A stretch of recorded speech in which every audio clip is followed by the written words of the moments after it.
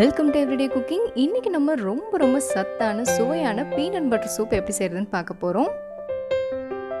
இதுக்கு முதல்ல vegetable stock ready பண்ணிக்கணும். அதுக்கு ஒரு 5-6 பூண்டு எடுத்துக்கோங்க. அதை இந்த மாதிரி தட்டிக்கோங்க. இதோட ஒரு சின்ன துண்டு இஞ்சி நம்ம எடுத்துக்க போகிறோம். இஞ்சி பூண்டு கண்டிப்பாக போடணும். மித்தபடி நீங்கள் எந்த காய்கறினாலும் யூஸ் பண்ணலாம். நீங்கள் டெய்லி காய் வெட்டும்போது வேஸ்ட்டாக தூக்கி போடுற தோல், உள்ள விதைங்க இதெல்லாம் ஒரு வாரம் சேர்த்து வச்சிங்கன்னா அதில் கூட நீங்கள் ஸ்டாக் செய்யலாம். நான் இங்கே ஒரு வெங்காயம் எடுத்திருக்கேன். இதோட ஒரு 7லேருந்து 10 பீன்ஸ் வரைக்கும் கூட நீங்கள் எடுத்துக்கலாம். இந்த மாதிரி குட்டி குட்டியாக கட் பண்ணிக்கோங்க. அடுத்ததாக நான் கேரட் எடுத்துக்கிறேன்.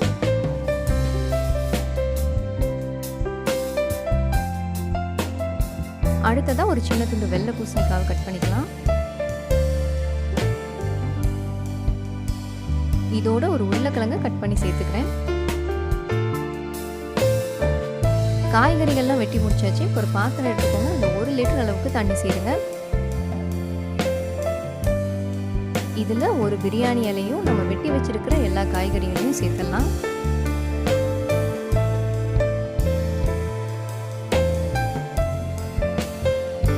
இதோட ஒரு சின்ன கொத்து கொத்தமல்லி தலையும் தண்டோட இந்த மாதிரி கிள்ளி சேர்த்துக்கோங்க.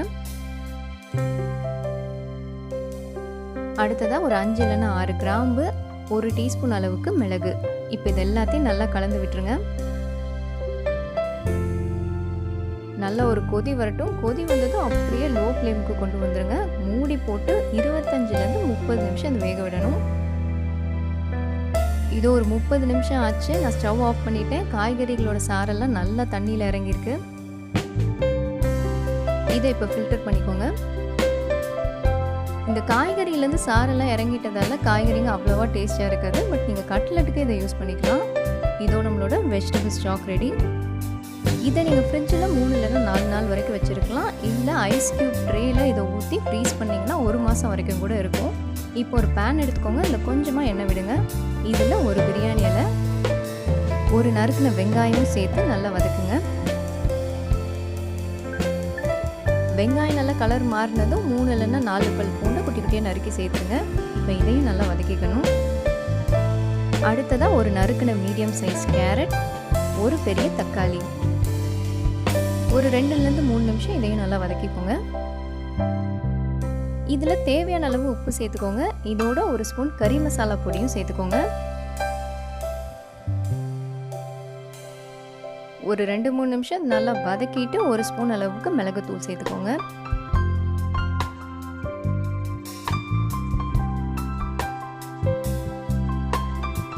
அடுத்ததான் நறுக்கின கொத்தமல்லி இலை கொஞ்சம் சேர்த்துக்கலாம். இதில் அடுத்ததான் நம்ம பீனட் பட்டர் சேர்க்க போகிறோம். நான் இங்கே பின்டோலா பீனட் பட்டர் சேர்க்க போகிறேன். இது ஆர்கானிக் அண்ட் இதில் ரோஸ்டட் பீனட் மட்டும்தான் இருக்குது. Sweetener, salt, preservative, hydrogenated oil, ஸ்டேபிளைசர்னு எதுவுமே இதில் இல்லை. இது gluten free, soy free and ரொம்ப முக்கியமாக வீகன். ப்ரோட்டீன் அண்ட் ஃபைபர் இதில் அதிகமாக இருக்குது. ஆஃப்லடாக்சின் இதில் ரொம்ப கம்மியாக இருக்குது. நான் இங்கே 1/2 கப் அளவுக்கு பின்டோலா பீனட் பட்டர் எடுத்திருக்கேன். இதையும் ஒரு 2லேருந்து 3 நிமிஷம் நல்லா வதக்கிட்டு அதுக்கப்புறம் நம்ம ரெடி பண்ணி வச்சுருக்கிற வெஜிடபிள் ஸ்டாக்கை கொஞ்சம் கொஞ்சமாக சேர்த்து கலந்து விடுங்க.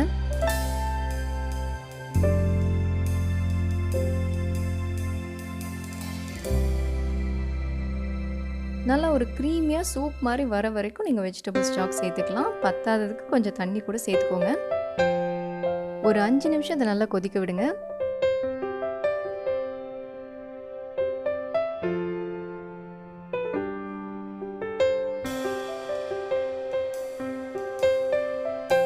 இந்த ஸ்டேஜில் உப்பு காரம் பார்த்துருங்க. தேவையான அளவு உப்பு சேர்த்துக்கோங்க. மிளகுத்தூள் உங்களுக்கு எவ்வளோ வேணுமோ அவ்வளோ சேர்த்துக்கோங்க.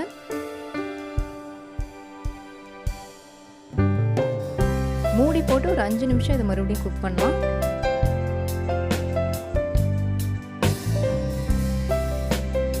இதோ நம்மளோட creamy peanut butter soup ready ஆயிடுச்சு. சூப் இந்த மாதிரி க்ரீமியாக இருக்கணும். இல்லை உங்களுக்கு கொஞ்சம் தண்ணியாக வேணும்னா வெஜிடபிள் ஸ்டாக் இன்னும் கொஞ்சம் கூட சேர்த்துக்கலாம்.